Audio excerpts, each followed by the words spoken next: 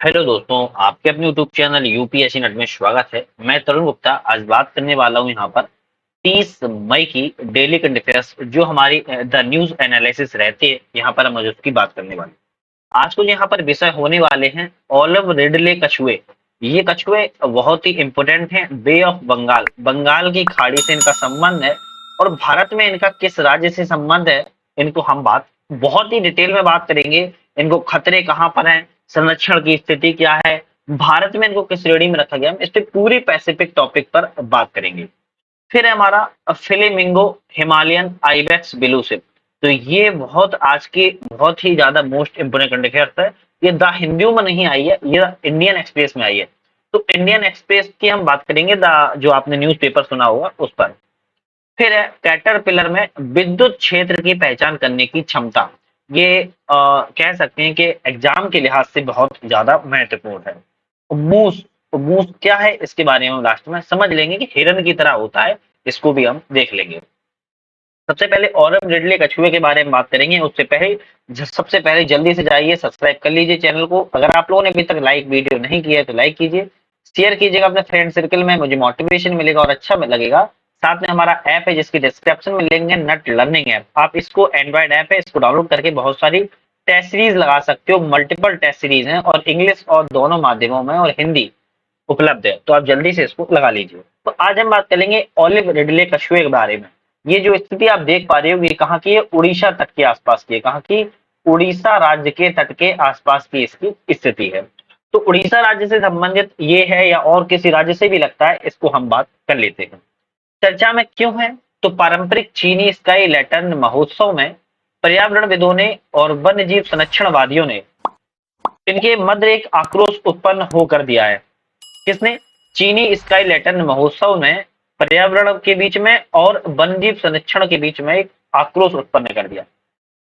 क्यों कर दिया है? क्योंकि लुप्त प्राय ओलिव रिडले कछुए घोंसले के स्थान के पास आयोजित किया गया था। तो जो ओलिव रिडले कछुए थे उनके घोंसलों का स्थान था, उसके पास में इसका महोत्सव आयोजन किया गया था। पर्यावरणविदों ने इन लालटेनों का प्रयोग किए गए बांस या फिर धातु के तार के फ्रेम को विघटित होने में महीनों लगते हैं, जिसके चलते ये वन्यजीवों, मछलियों, डॉल्फिनों, पक्षियों और कछुओं के लिए जाल का कार्य करते हैं। आपको पता होगा ये जो यहाँ पर मछुआरे होते हैं या फिर कह सकते हैं कि जो मछलियों वगैरह पकड़ते हैं, ये कुछ जाल फेंकते हैं। तो इस जाल से संबंधित ये थोड़ा सा मामला है, संज्ञान में लिया गया है। हम बात करते हैं ओलिव रिडले कछुए क्या हैं। तो इनके सबसे पहले हम परिचय देख लेते हैं। ये कछुए मांसाहारी होते हैं। कैसे होते हैं? मांसाहारी होते हैं। इनका नाम इनके जैतून के रंग के कवच के कारण पड़ता है। इनका जो कवच है, जैतून के कारण इनका जो कवच देख पा रहे होगे, है ना, कवच की स्थिति आप देखोगे तो जैतून रंग का होता है, जिसके कारण इनको हम ओलिव रिडले कहते हैं। अपने अद्वितीय सामूहिक निडर के लिए यह प्रसिद्ध है। मतलब ये ग्रुप के माध्यम से ये रहते हैं, इन ग्रुपों में ही ये प्रसिद्ध है, जिसे अरबिदा कहा जाता है।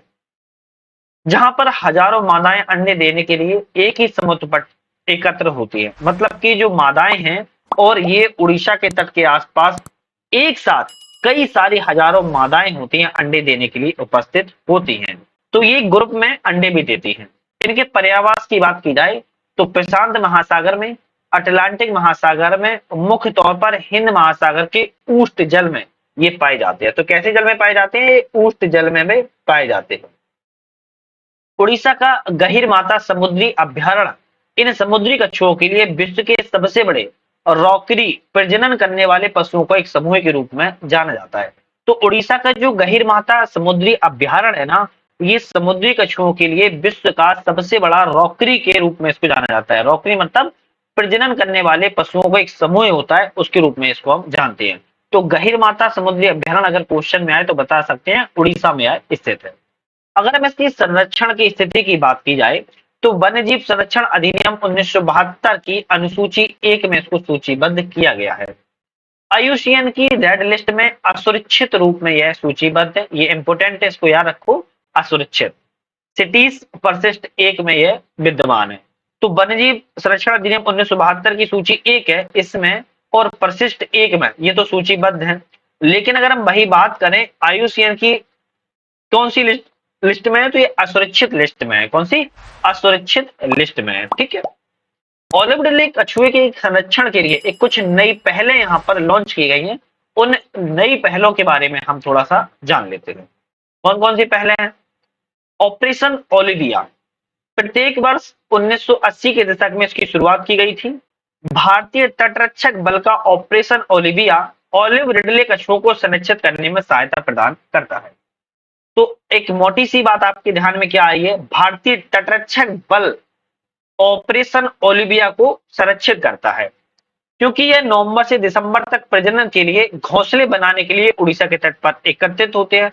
उस समय इनके माध्यम से जो संरक्षण के पहले ऑपरेशन ओलिविया, इस माध्यम से उनको प्रजनन में कोई दिक्कत ना हो, घोंसले बनाने में कोई दिक्कत ना हो, इसके लिए इनको संरक्षित करने के लिए यहाँ पर कुछ पहले चालू की जाती हैं। अवैध मत्स्यन की गतिविधियों को नियंत्रित करना, जो भारत में अवैध मत्स्यन होता है उनकी गतिविधियों पर यहाँ पर नियंत्रण लगा सके, इस पर भी काम किया जाता है। नेक्स्ट पहल शुरू की गई थी टर्टल एक्सक्लूडर डिवाइसेस। तो टर्टल एक्सक्लूजर डिवाइसेस है, इसका अनिवार्य उपयोग करना। इसका अनिवार्य मैंडेटरी उपयोग करना क्यों बना दिया है? क्योंकि भारत में इनकी आकस्मिक मृत्यु की घटनाओं को कम करने के लिए उड़ीसा सरकार ने ट्रायल के रूप में टर्टल एक्सक्लूडर डिवाइसेस का उपयोग करना अनिवार्य कर दिया था। जालों को विशेष रूप से एक निकास के साथ बनाया गया है, जिसके उपयोग से कछुए, समुद्री जो कछुए हैं, उनको सुरक्षित निकासी मिल जाती है। तो याद रखिएगा, जाल बनाया जाता है मछुआरे के तौर पर, इनमें एक ऐसी डिवाइस लगाई जाती है जिसके सहारे वह सुरक्षित निकल जाते हैं। टैगिंग, ये बहुत इंपॉर्टेंट है टैगिंग। अब जब इनको टैगिंग किया जाता है तो कहीं ना कहीं ये इंपॉर्टेंट हो जाते हैं। ऑलिव रिडले कछुओं पर गैर संचारक धातु टैग का उपयोग किया जाता है, ताकि वैज्ञानिकों को उनकी गतिविधियों का, जो उनका मूवमेंट होता है, उसका पता लगाने में सहायता मिलती है। वह किन क्षेत्रों में जाते हैं, किन क्षेत्रों से आते हैं, वह किन क्षेत्रों में जाने के लिए भविष्य में तैयार है, उनकी ये सारी गतिविधियां टैगिंग के माध्यम से उपयोग की जाती है। उनकी प्रजातियों और उनके आवासों के लिए भी इससे रक्षा की जाती है, क्योंकि वो किस तरफ मूवमेंट कर रहे हैं, किस साइड से आ रहे हैं, इन सभी की जब टैगिंग कर ली जाती है तो इनका उपयोग भी इनका रक्षा के लिए किया जा सकता है। ऑलिव रिडले कछुओं के समक्ष क्या खतरे हैं? अब खतरे भी इंपॉर्टेंट है, क्योंकि हमने जब इनके खतरों की पहल की बात की है तो खतरे क्या है इनको भी समझना इंपॉर्टेंट है। समुद्री दीवारों जैसी रिसोर्टों, बंदरगाहों का निर्माण करना, तटीय विकास परियोजनाओं के इनके कई सारे उदाहरण हैं जो इनकी खतरे के लिए पैदा होते हैं। ऑलिव रिडले के घोंसलों वाले तटों को नुकसान पहुंचाते हैं। ये सभी कार्य उनके आहार जो स्थल हैं उनको नष्ट भी कर देते हैं। गलती से मछली पकड़ने के उपकरण जैसे कि गिलनेट, ट्रेवल, लॉन्ग लाइन में जो फंस जाते हैं वह मर भी जाते हैं बहुत सारे। इससे कछुओं को नुकसान पहुंच सकता है और उनकी मृत्यु भी हो सकती है। तो जो मछली पकड़ने वाले कुछ उपकरण होते हैं जैसे गिलनेट और ट्रेवल, इनके कारण भी उनको नुकसान पहुंचता है। साथ में रैकून, केकड़े, पक्षी, लोमड़ी ऑलिव रिडले कछुओं के घोंसलों पर अतिक्रमण करके यह आक्रमण कर सकते हैं और उनको अंडों को यह खा सकते हैं, जिसके कारण भी उनकी संख्या प्रभावित होती है और कमी दिखती नजर आती है। वे अक्सर जेलीफिश जैसे खाद्य पदार्थों की तलाश में प्लास्टिक की थैलियों का भी सेवन कर सकते हैं। तो याद रखिएगा, ये क्या करते हैं, जो कछुए होते हैं ऑलिव रिडले, ये जेलीफिश जैसे खाद्य पदार्थों को खाते हैं, लेकिन प्लास्टिक जैसी चीजें इनकी जब मुंह में चली जाती हैं तो कहीं ना कहीं इनकी जो पाचन शक्ति है, या कह सकते हैं उनके फंस जाते हैं, तो उनमें भी इनको दिक्कत होती है और ये मृत्यु के कगार पर पहुंच जाते हैं। एक क्वेश्चन है आपके लिए, यूपीएससी 2015 में पूछा गया है, कौन सा एक भारत का राष्ट्रीय जलीय प्राणी है? तो यहाँ पर कुछ ऑप्शन है, खारे पानी का मगर, ऑलिव रिडले टर्टल जिसके हम क्रूम भी कहते हैं, गंगा के डॉल्फिन, या फिर घड़ियाल। इसका आंसर आपको हर बार की तरह इस बार भी कमेंट में देना है, मुझे मोटिवेशन मिलेगा और मुझे अच्छा भी लगेगा कि आप लोग कमेंट देते हो। वर्ष 2015 में यूपीएससी पीटी में ये क्वेश्चन पूछा गया है। नेक्स्ट आज की हमारी करंट अफेयर्स की बात करते हैं, फ्लेमिंगो, हिमालयन आइबेक्स और ब्लू शिप। तो फ्लेमिंगो, हिमालयन आइबेक्स और ब्लू शिप की बात करेंगे। जल्दी से आप लोग चैनल को सब्सक्राइब कर लीजिए, लाइक कीजिए और वीडियो पसंद आए तो लाइक करके शेयर भी कर दीजिए।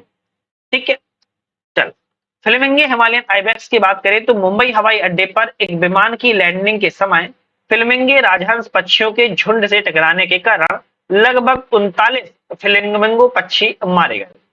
तो याद रखिएगा पूरा मामला कहां पर है, महाराष्ट्र राज्य से संबंधित है। महाराष्ट्र में भी मुंबई, कहां पर, मुंबई में एक विमान की लैंडिंग हो रही थी, उस समय फ्लेमिंगो जो राजहंस पक्षी है उनके झुंड से टकराया और वहां पर लगभग 40 फ्लेमिंगो पक्षी की मृत्यु हो गई।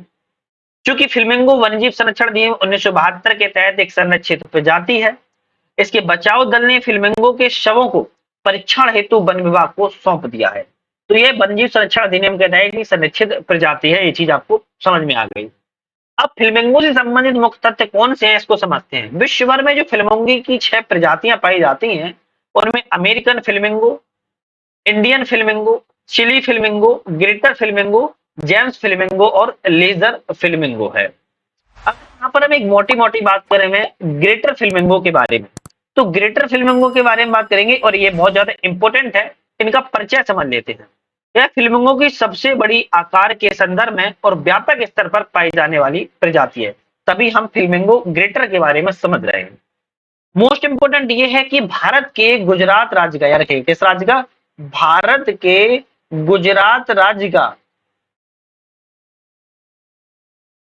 राज्य पक्षी है ग्रेटर फ्लेमिंगो। क्या है, राज्य पक्षी, याद रखिएगा राज्य पक्षी है ग्रेटर फ्लेमिंगो, इसलिए ग्रेटर फ्लेमिंगो इंपोर्टेंट है।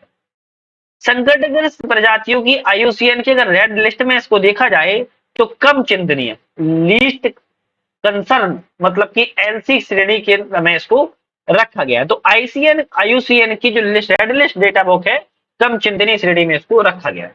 अफ्रीका के विभिन्न क्षेत्रों जैसे कि एशिया के दक्षिण पूर्वी भागों और दक्षिण यूरोप में यह पाए जाते हैं।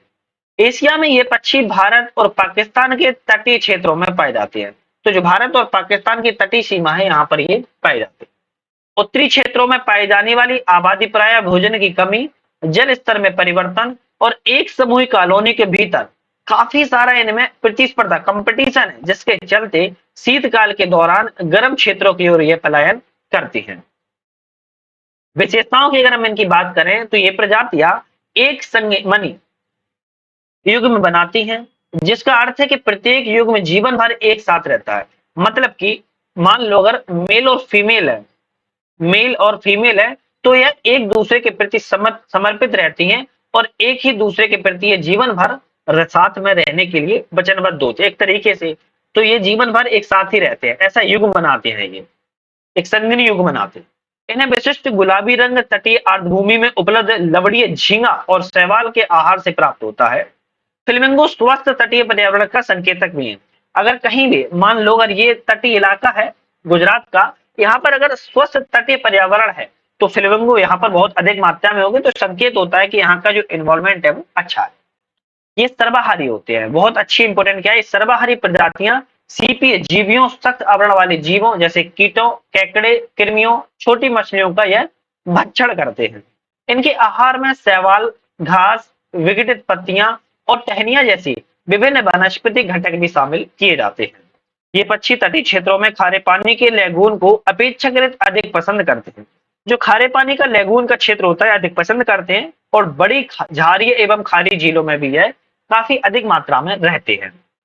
भारत में फ्लेमिंगो प्रवासन का प्रतिरूप की बात करें तो विशेषज्ञ साइंटिस्ट का ऐसा मानना है कि हर साल नवंबर में लगभग लगभग याद रखिएगा कितने, 1 लाख से अधिक, 1.5 लाख तक फ्लेमिंगो भोजन की तलाश में गुजरात के कच्छ जिले में और भावनगर जिले में आसपास के कई सारे मुंबई स्थलों की ओर पलायन करते हैं।